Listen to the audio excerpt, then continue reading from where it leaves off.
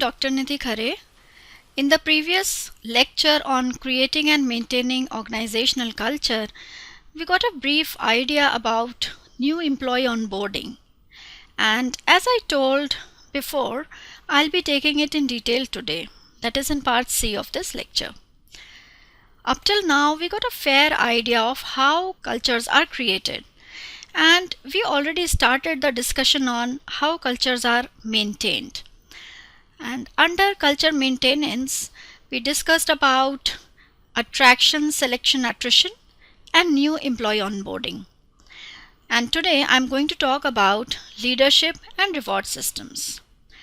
So before that, I'll first explain in detail new employee onboarding, other aspects involved here. Suppose you've got a new job. Now, how do you get on board? You can gather information, that is, you can try to find as much about the company and the job as you can before your first day. And after you start working, be a good observer. Gather information and read as much as you can to understand your job and the company. Examine how people are interacting, how they dress, and how they act to avoid behaviors that might indicate to others that you are a misfit.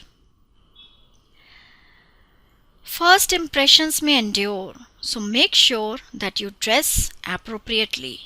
You are friendly and communicate your excitement to be part of the team. Be on your best behavior. The relationships you develop with your manager and with co-workers will be essential for you to adjust to your new job. Take the time to strike up conversations with them. If there are work functions during your early days, make sure not to miss them. Ask your manager or co-workers how well you are doing and whether you are meeting expectations. Listen to what they are telling you and also listen to what they are not saying. Then, make sure to act upon any suggestions for improvement. Be aware that after seeking feedback, you may create a negative impression if you consistently ignore the feedback you receive.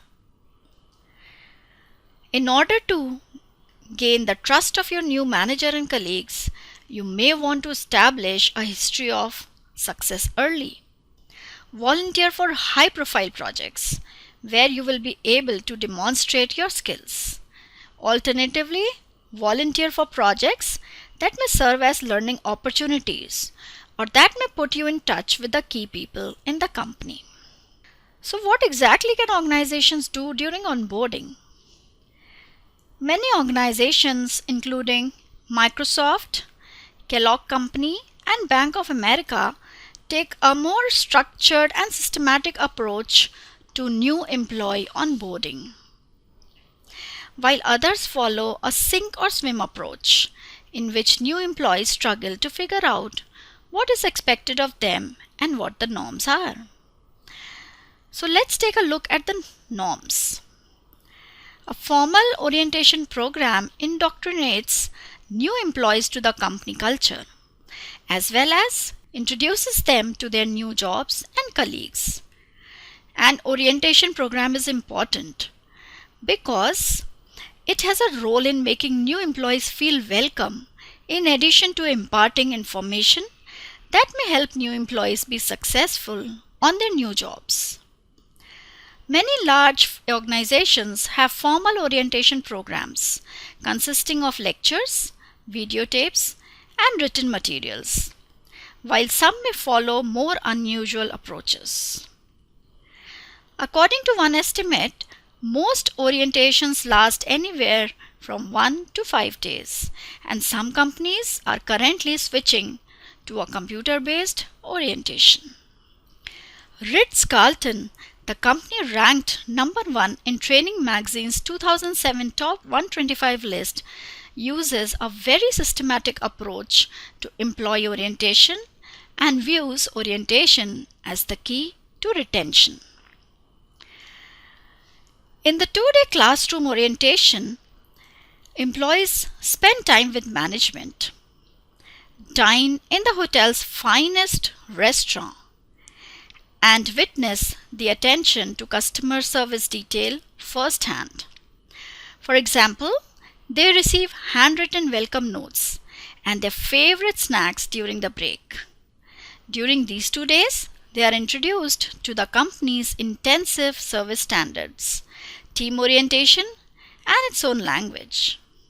Later, on the 21st day, they are tested on the company's service standards and are certified.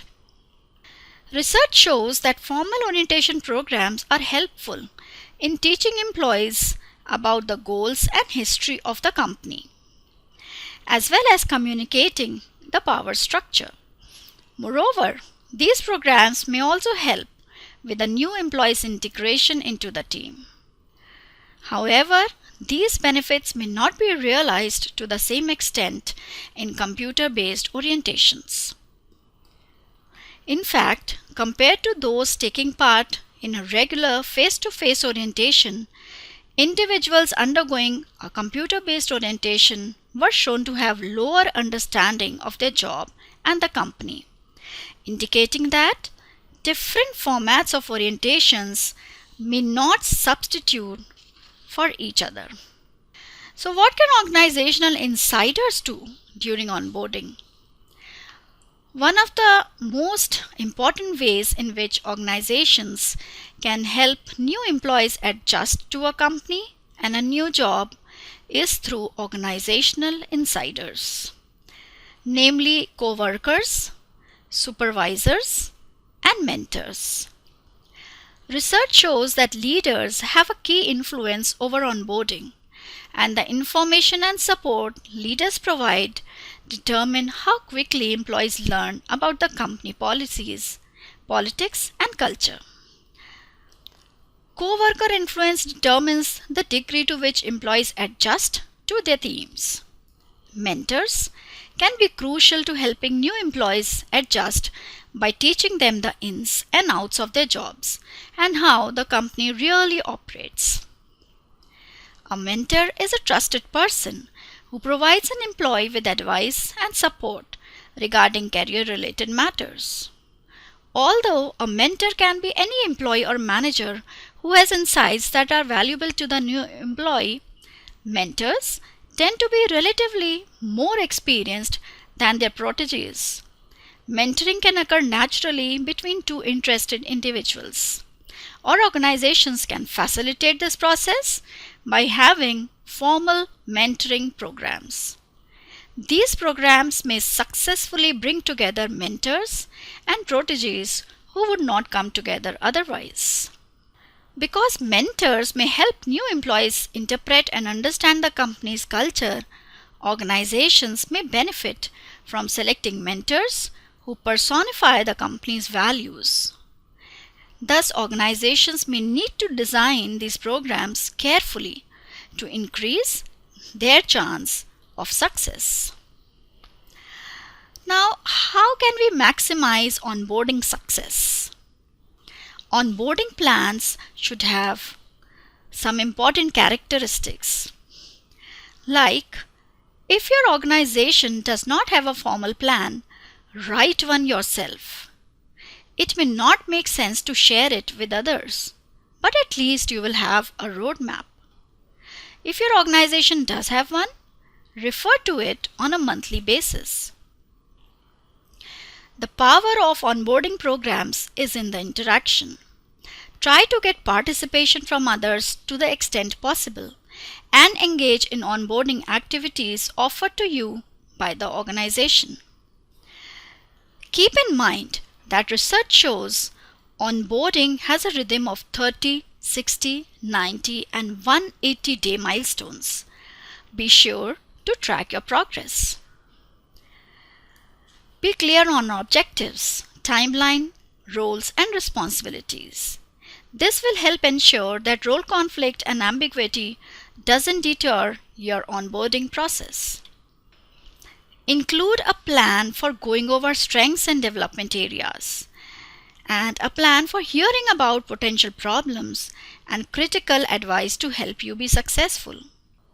And lastly, be sure to include a list of your key questions and things you need to help you do your job better. Now, please try to answer these two important questions.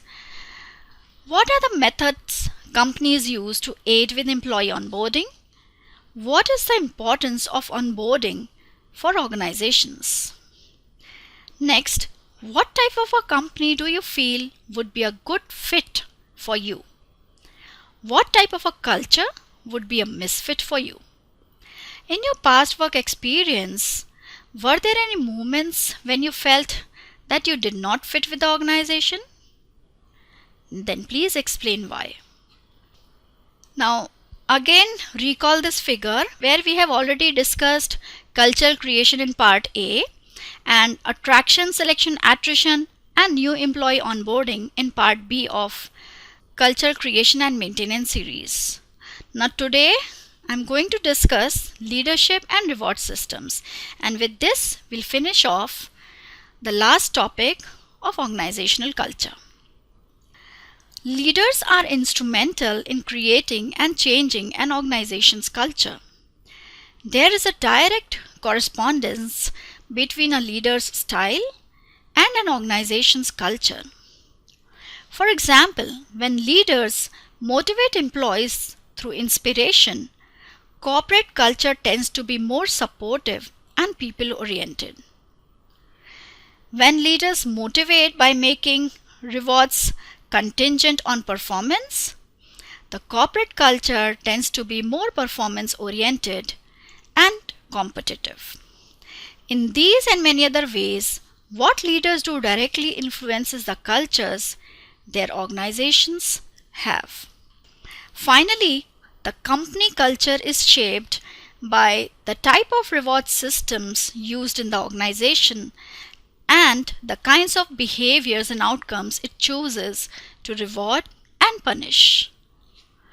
One relevant element of the reward system is whether the organization rewards behaviors or results.